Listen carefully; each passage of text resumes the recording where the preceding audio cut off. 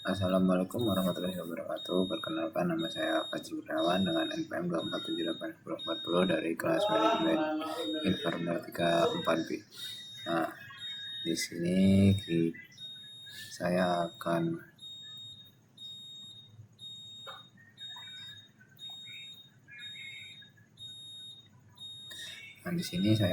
mengerjakan lab praktik Cisco, yang dimana yang soal pertama saya disuruh mengkonfigurasi ROS, yang dimana kita disuruh membuat dua VLAN, yaitu VLAN 10 dan 20 pada switch. Lalu kita hubungkan ke router menggunakan mode terang. Lalu kita konfigurasi dua sub interface-nya di router dengan IP gateway masing-masing. Lalu pastikan PC antar VLAN bisa saling ping. Nah, langsung di sini kita sudah membuat topologinya. Nah, berdasarkan topologi yang kita gunakan, terdapat satu buah router Cisco yang 2911, lalu ada satu buah switch Cisco yang dimana di situ kita memakai 2960.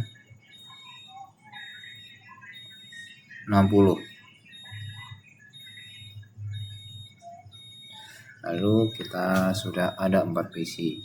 Nah, pada pembagian VLAN 10 ini kita terdapat PC 1 dan PC 2. Lalu di VLAN 20 kita terdapat PC 3 dan PC 4. Nah, pada koneksi perangkat tersebut, PC 1 ini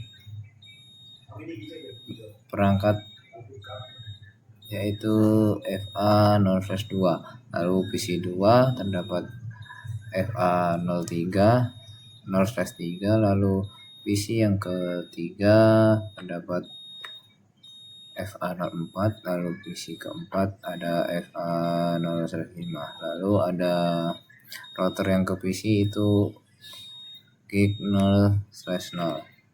Nah, port FA01 pada switch yang terhubung interface gigabit 0 ini pada router menggunakan mode terang. Nah, router on stick adalah metode interframe routing yang menggunakan satu interface fisik router untuk melayani beberapa VLAN sekaligus. Nah, agar setiap VLAN berada pada jaringan yang berbeda, gunakan skema IP. Nah, pada VLAN 10 ini terdapat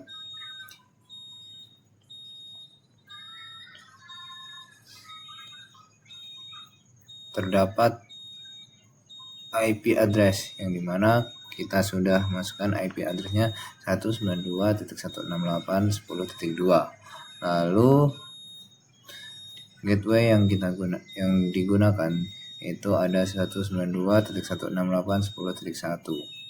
lalu pada PC yang kedua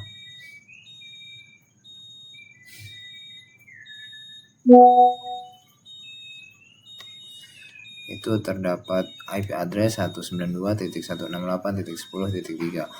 Pada default gateway-nya ada 192.168.10.1. Nah, pada VLAN yang ke-20 terdapat PC 3 dan 4.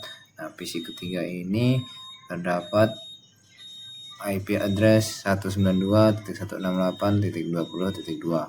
lalu default gateway-nya 192.168.20.1. Nah, lanjut pada PC yang keempat terdapat IP address 192.168.20.3. Nah, subnet masknya pada seluruh PC 1 sampai 4 itu menggunakan 255.255.255.255.0. Nah, langkah pertama adalah membuat VLAN 10 dan VLAN 20 pada switch. Nah, lanjut. Nah, masuk ke switch CRI. Nah, dia itu di sini dia menggunakan enable.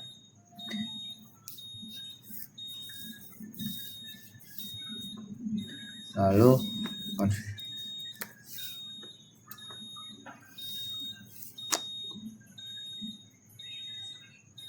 dia tuh menggunakan konfigurasi terminal, lalu VLAN 10, lalu dia menamai VLAN 10 tersebut. Nah, VLAN 10 tersebut ini dia menggunakan, kita masukkan name VLAN 10. Lalu VLAN 20 pun sama seperti itu, kita menamainya VLAN 20. Nah, tujuan pembuatan VLAN atau pembuatan nama VLAN tersebut adalah untuk memisahkan jaringan menjadi dua kelompok yang berbeda. Nah, port yang terhubung PC harus dimasukkan ke VLAN yang sesuai. Nah, pada VLAN untuk VLAN 10 tersebut, nah pada VLAN 10 ini ia menggunakan interface rank FA 0/2 dan 3. Nah, lalu ya masukkan switch port mode access, lalu masukkan support akses VLAN 10 maupun VLAN. Lalu pada VLAN 20 dia juga begitu, kita masukkan interface rank, lalu FA 0/4 ini yang mengarah ke VLAN 30, yang mengarah ke PC 3, dan lalu 4 dan 5 yang mengarah ke VLAN 20 ini. Nah, dengan konfigurasi tersebut, PC 1 dan PC 2 masuk ke VLAN 10, lalu PC 3 dan PC 4 itu masuk ke VLAN 20. Nah, pada konfigurasi terang, port yang menuju router harus menggunakan mode terang agar dapat membawa lebih dari satu VLAN. Nah, gimana sih? Nah, kita masuk ke switch, lalu kita masukkan interface FA 0/1, lalu switch port mode terang. Nah, fungsi terang tersebut adalah membawa data dari beberapa VLAN dalam satu jalur kabel atau dalam satu kabel yang menggunakan tagging VLAN. Nah, karena terdapat dua VLAN, maka pada router dibuat dua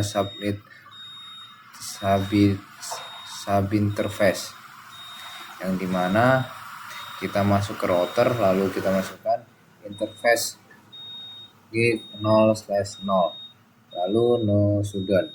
Nah, lalu kita masuk ke VLAN untuk kita masuk ke router, terus kita konfigurasi yang untuk mengarah ke VLAN 10.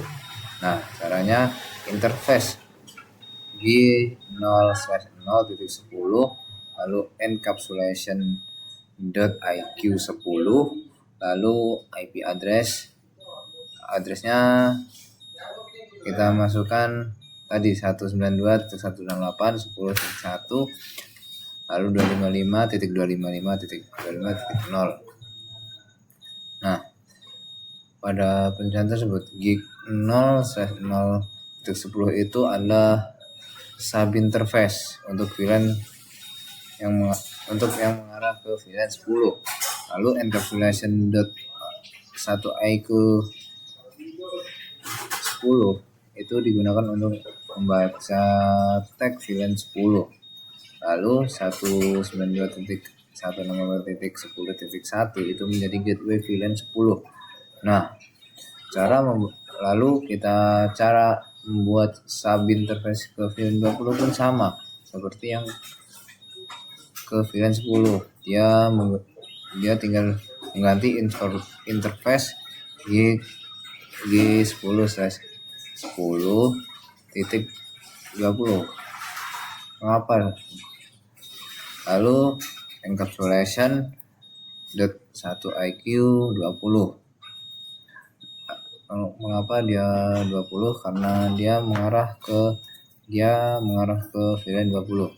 Lalu IP address-nya yang digunakan yang mengarah ke VLAN 20 yaitu 192.168.20.1. Lalu subnetnya 255.255.255.0. Lalu konfigurasi IP address ke PC. Nah, setelah kita konfigurasi perangkat jaringan selesai, staf PC harus diberikan IP address sesuai VLAN masing-masing. Nah, itu IP addressnya sudah kita lihat, sudah saya perlihatkan tadi. Ini dia IP addressnya 192.168.10.2, lalu subnet busnya yang kita gunakan 255.255.255.0, default gateway-nya 192.168.10.1. Itu berada di PC 1. Lalu pada PC 2 kita menggunakan IP address-nya 192.168.10.3. Subnet busnya pun sama seperti pada PC 1. Lalu default gateway-nya pun sama seperti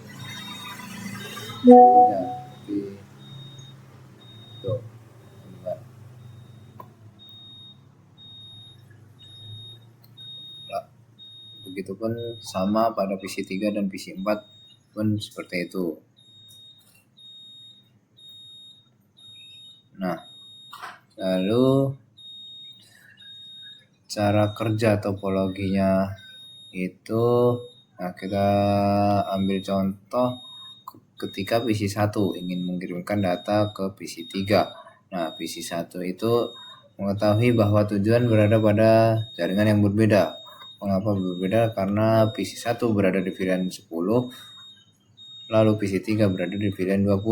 Nah, paket itu dikirim ke gateway VLAN 10 yaitu 192.168.10.1.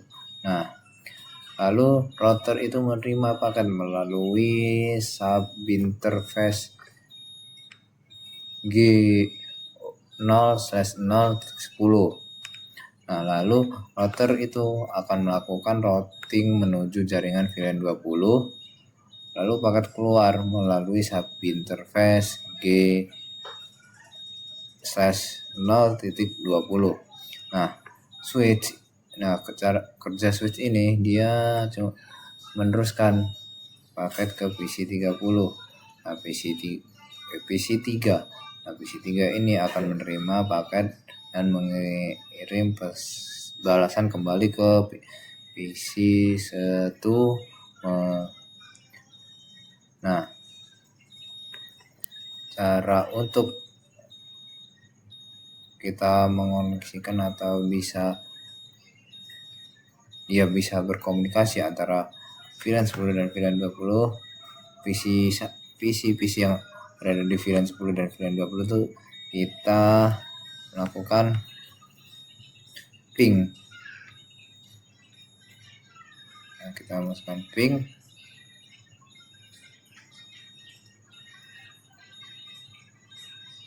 Kita masukkan command prompt. Nah, kita masukkan ping. Kita lihat dulu.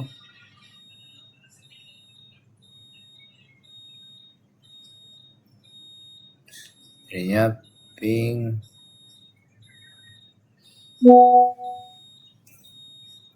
192.168.20.2. enter. Nah, dia reply, artinya dia sudah bisa berkomunikasi antara VLAN 10 antara PC yang berada di VLAN 10 dan PC yang berada di VLAN 20. Nah,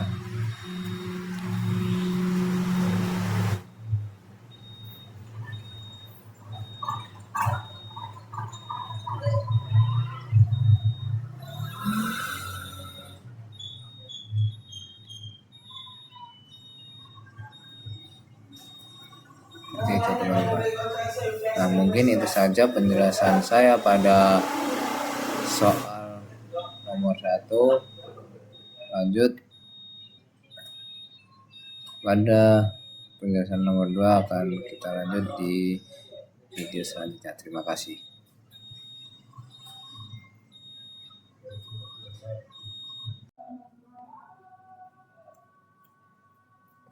Nah, lanjut pada soal yang kedua.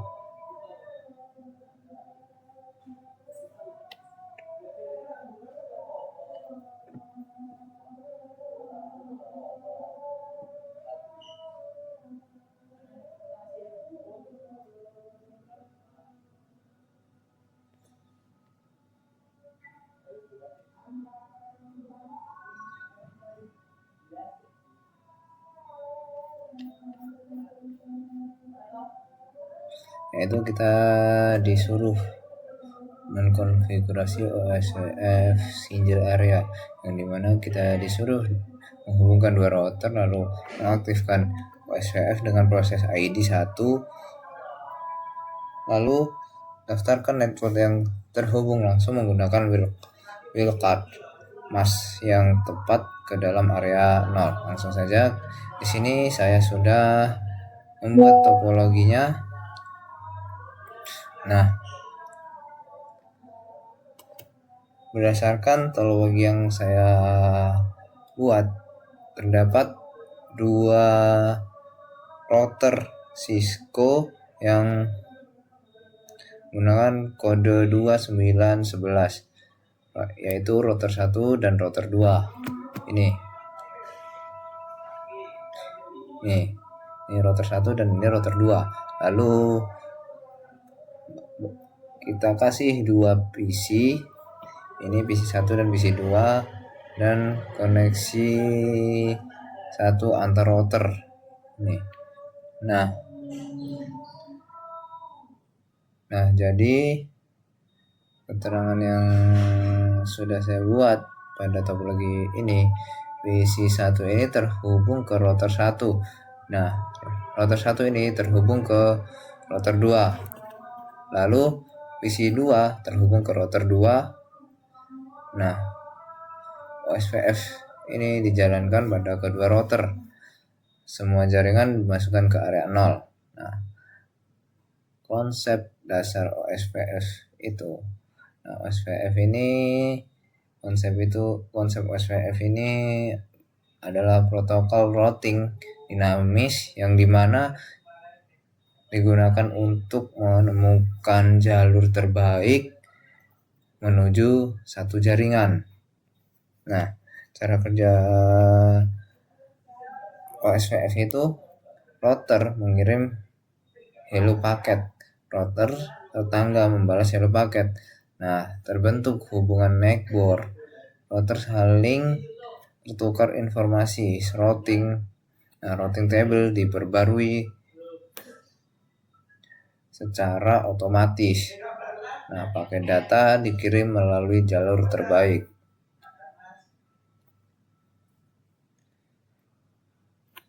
Nah, jadi pada soal ini digunakan proses ID 1 dan area 0. Nah, area 0 nih disebut backbone area dan merupakan area utama dalam OSPF. Nah, perencanaan IP address ini skema IP yang dapat digunakan pada jaringan PC 1. Dia menggunakan IP address-nya 192.168.10.2. Lalu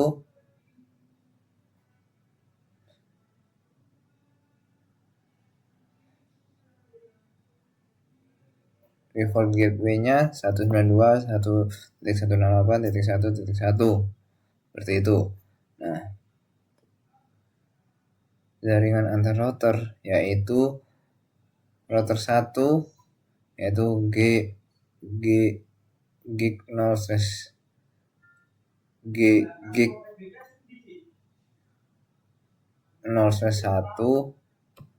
yaitu 10 IP address-nya yaitu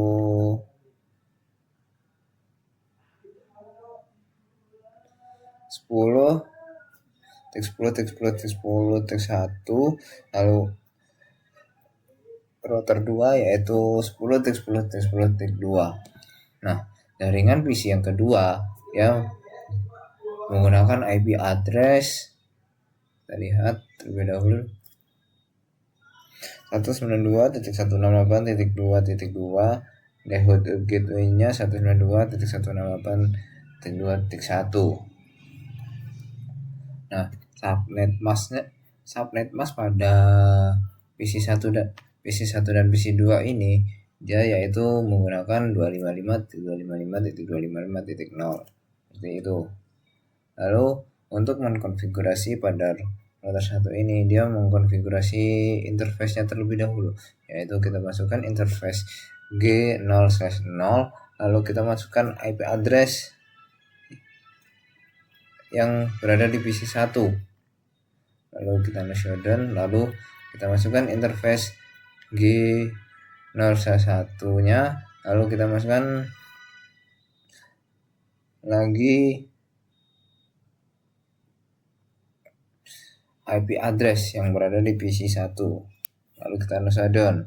Nah, penjelasannya yaitu G0/0 ini mengarah ke PC2, lalu G0/1 ini bisa mengarah ke router 2 seperti itu. Lalu cara mengkonfigurasi OSPF pada router 1 itu ya menggunakan router OSPF 1, lalu masukkan network 192.168.10.0.0.0.0.255 area 0 seperti itu.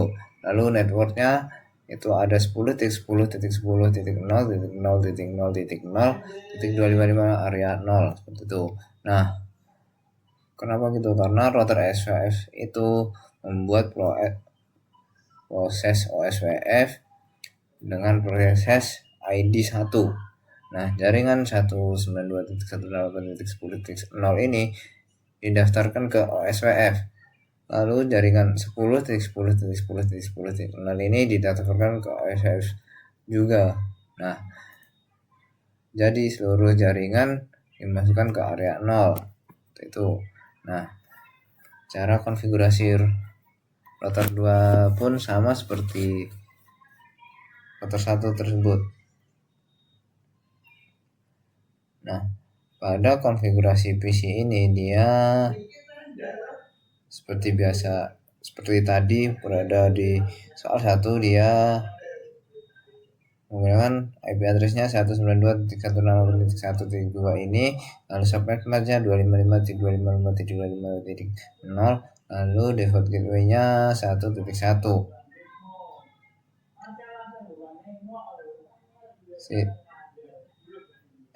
Di PC2 pun sama seperti itu. Dia menggunakan 192.168.2.2, lalu default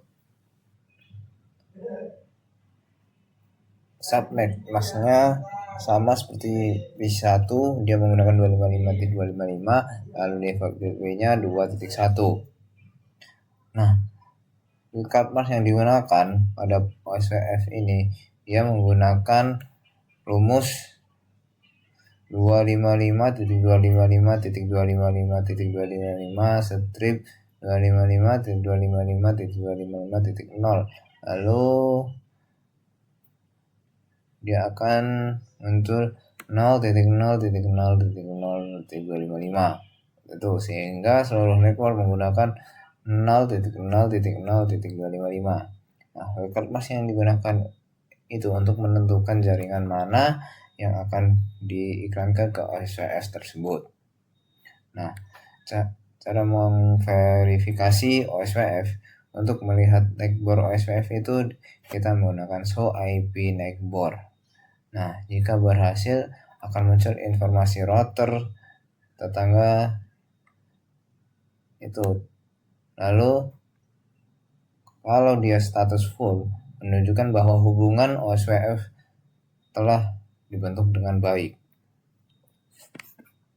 Nah, cara verifikasi routing table pada router 1 itu dia menggunakan show IP route, lalu akan muncul .192.1.2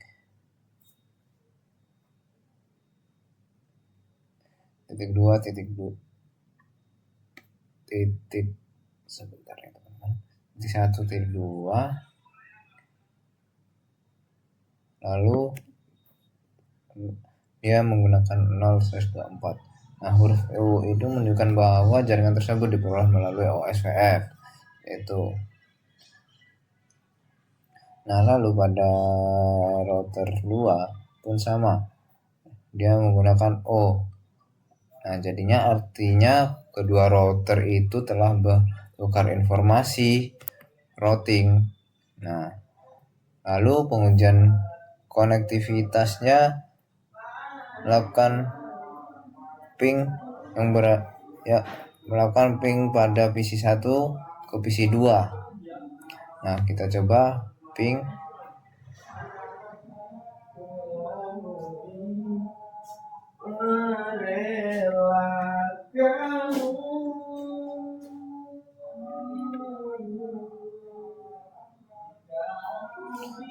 Prompt masuk ping 192.168.2.2.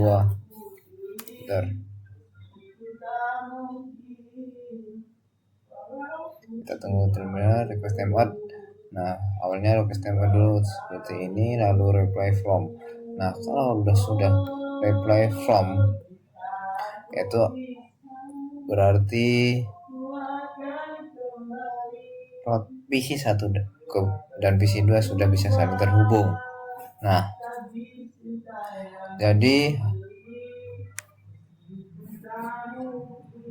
pada soal kedua ini dia menunjukkan bahwa paket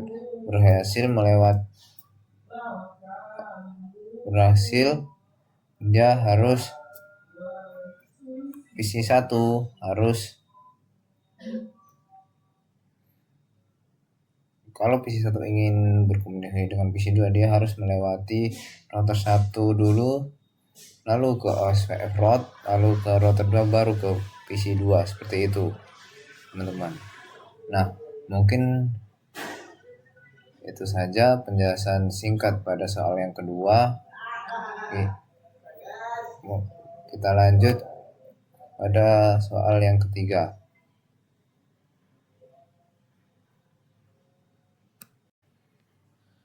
Nah, kita lanjut pada soal nomor 3 yang dimana kita disuruh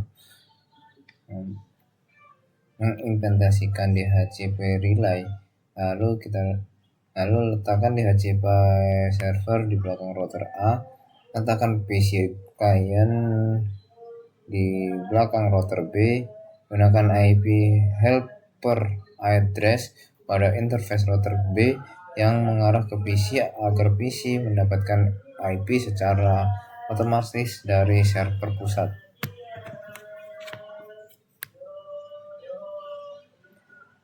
Saja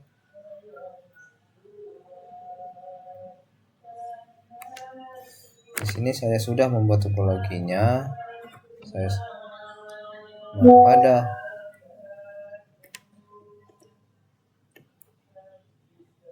Nah, berdasarkan topologi yang sudah saya buat, terdapat satu DHCP server.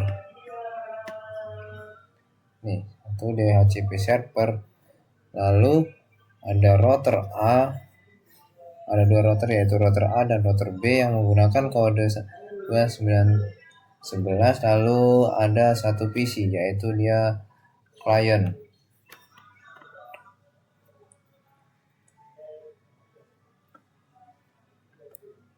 Nah, tadi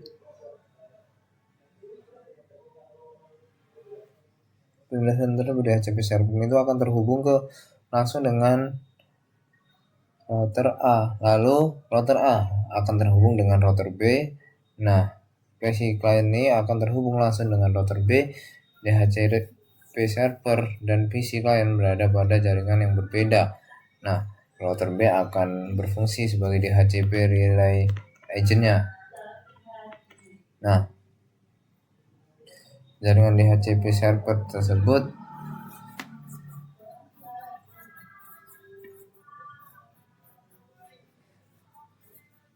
dia menggunakan server IP address-nya yaitu 192.168.10.2.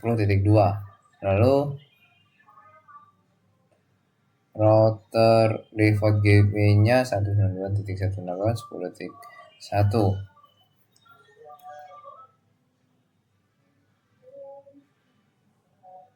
Nah, lalu jaringan antar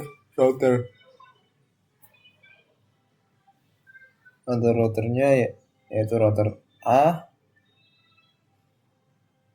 dia menggunakan GO 0/1 yang menggunakan IP address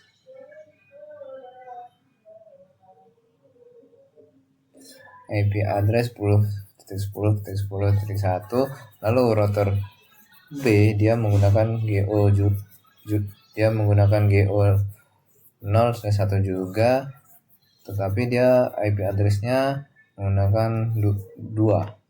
Nah, jaringan kliennya pada perangkat router B dia akan menggunakan GO 0/1, dia akan menggunakan IP address 192.168.20.1. Nah, PC client-nya itu dia akan menggunakan DHCP otomatis. Nah, subnet mask-nya dia menggunakan 255.255.5.255.0. Nah, cara menggunakan konfigurasi router A ini dia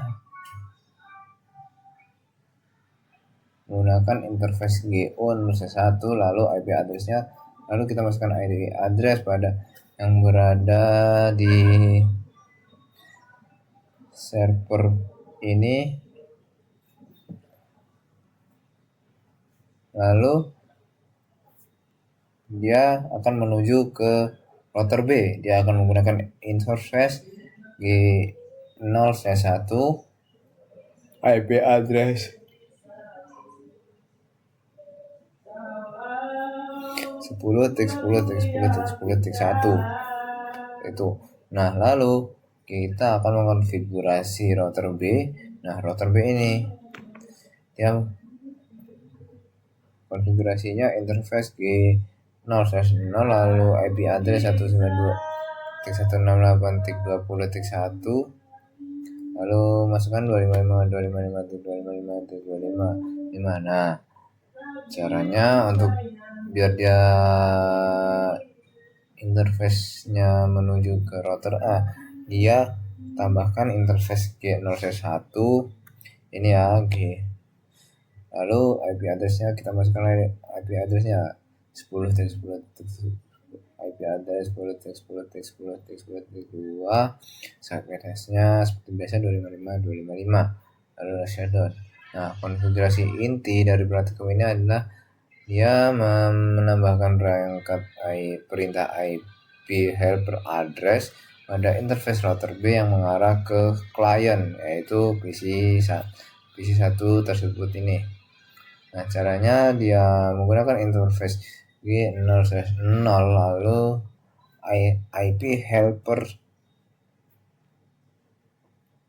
min address 192.168.10.2 seperti itu. Lalu cara mengkonfigurasi DHCP servernya yaitu kita lihat tadi DHCP-nya 19 pada IP address-nya ini 192.168.10.2, lalu subnetnya seperti biasa 255.255.255, lalu gateway-nya ada 10.1.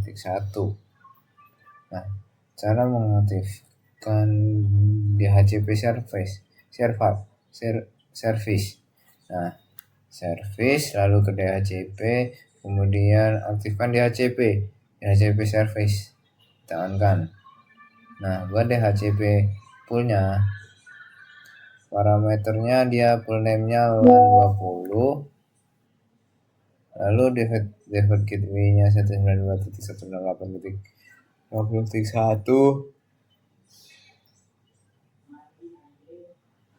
lalu DNS servernya 8.8.8.8. Nah, cara kerja DHCP relay-nya yaitu saat PC klien dinyalakan dan diatur menggunakan DHCP, proses yang terjadi yaitu seperti ini. Dia akan menggunakan DHCP discover terlebih dahulu. Nah, PC mengirimkan permintaan DHCP dalam bentuk broadcast. Nah, lalu router akan menangkap broadcast. Nah, router B ini akan menerima paket broadcast tersebut dari PC 1 tersebut ini. Nah, dia menggunakan IP helper address 192.168.10.2. Nah, kemudian router mengubah broadcast menjadi unicast. Nah, lalu DHCP server itu akan merespon. Nah, server itu akan mengirimkan DHCP over yang berisi alamat IP untuk PC 1 tersebut. Nah, klien atau PC 1 ini meminta alamat IP yang ditawarkan. Nah, server pun mengirim konfirmasi sehingga PC memperoleh alamat IP secara otomatis. Nah, pengujian hasil konfigurasinya pada PC 1, kita masuk ke desktop IP configuration, lalu DHCP. Nah, dia akan muncul.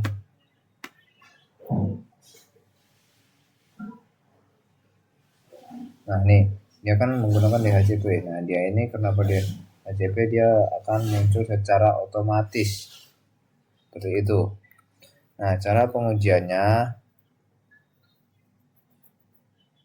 kita tes.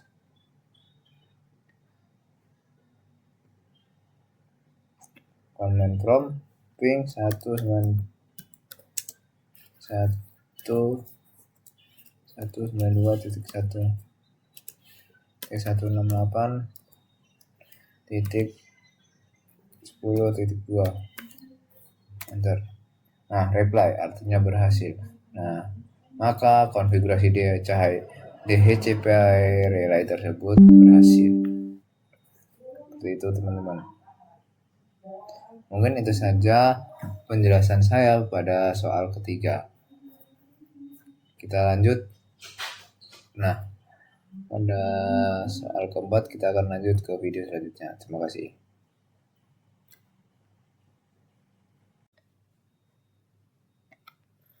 Nah, lanjut pada video yang keempat, yang dimana kita disuruh, nah ini penerapan extended ACL yang menggunakan extended ACL nomor 100 plus untuk membuka akses layanan HTTP dia per 80, lalu dari PC 1 menuju server pusat. Nah, pastikan saat PC 1 ini tetap bisa melakukan ping IGMP ke server tersebut. Nah, terapan ACL pada antarmuka router yang tepat sesuai standar. Nah, langsung aja. Di sini sudah saya buat topologinya.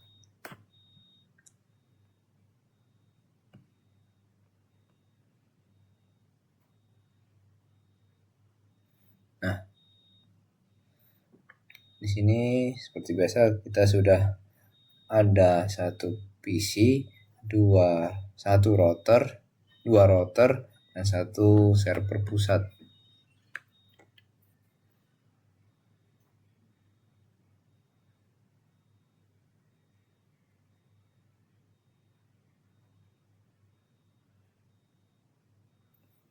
Nah, lalu penjelasannya yaitu PC1 bertindak sebagai pengguna jaringan, lalu server menyediakan layanan HTTP, lalu router menjadi perangkat yang menerapkan ACL. Setelah itu ACL ditempatkan sedekat mungkin dengan sumber PC1 aturan extended ACL. Nah, extended ACL ini memiliki kemampuan untuk memfilter lalu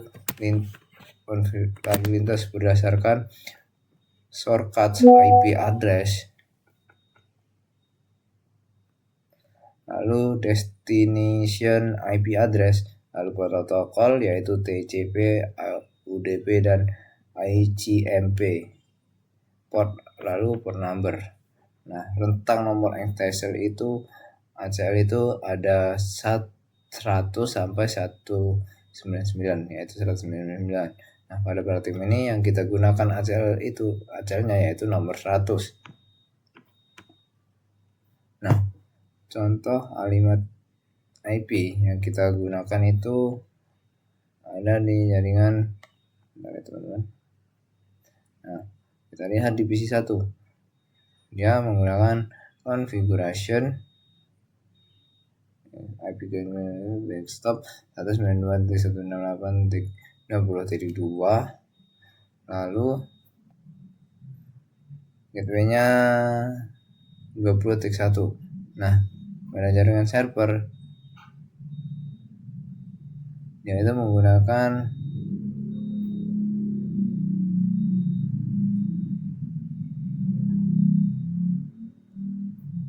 10.2, IP address-nya yaitu subnet class-nya 10.1. Seperti itu. Kelasnya seperti biasa sama 255.255.255.0. Nah,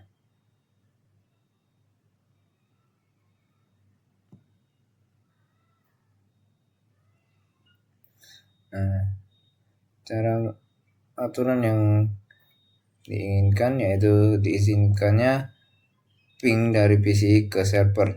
Dia menggunakan ICMP. Lalu akses website server ya menggunakan TCP port 80. Nah, cara untuk memblokirnya dia menggunakan port 21, lalu untuk telnetnya dia menggunakan port 23. Nah, cara konfigurasi encrypted ACL itu kita awal-awal kita masuk ke router, lalu enable-nya, lalu kita masukkan access list 100 permit ICMP host 192.168.10.2, lalu host 192.168.20.2. Nah, perintah di atas itu mengizinkan PC1 melakukan ping ke server. Nah, cara mengizinkan akses HTTP kita menggunakan access list 100 permit TCP host, lalu 192.168.10.2, lalu host 192.168.20.2, lalu EQ8. Nah, artinya TCP, tujuan server, dan port 80. Nah, cara memblokir akses lainnya kita menggunakan 100 DNI IP any. Artinya semua traffic selain yang diizinkan sebelumnya akan ditolak oleh server, seperti itu. ACL harus ditempatkan pada interface router yang mengarah ke PC1 karena interface ACL ini ditempatkan sedekat mungkin dengan sumbernya. Nah, dia menggunakan interface G0/0, lalu IP address group 100 in. Nah, ini tuh berarti paket diperiksa saat masuk ke router. lalu semua paket dari PC1 akan difilter oleh ACL 100, seperti itu teman-teman. Lalu cara untuk verifikasi ACL-nya, untuk melihat ACL yang kita buat, kita masukkan kode show access list. Lalu cara mengopingnya yaitu kita masukkan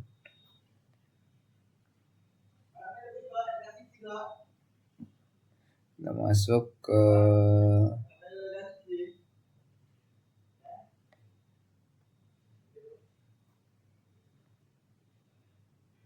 server, lalu kita command prompt run ping 100.108.20.2.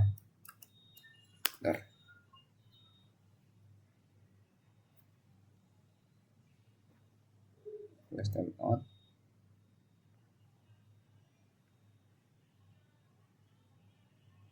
Nah, awal-awal dia akan request timeout, lalu ya replay from. Kalau sudah replay from itu artinya dia sudah bisa berkomunikasi ke PC1 melalui ACL. Nah, cara pengujian HTTP, kita masuk ke PC1, lalu kita buka desktop, lalu kita masuk ke web server.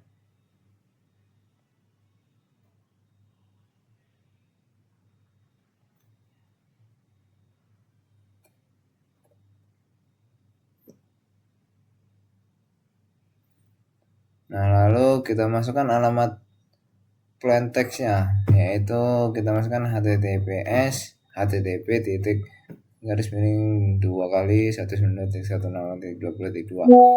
Lalu jika halaman web source muncul, berarti akan akses HTTP itu akan berhasil.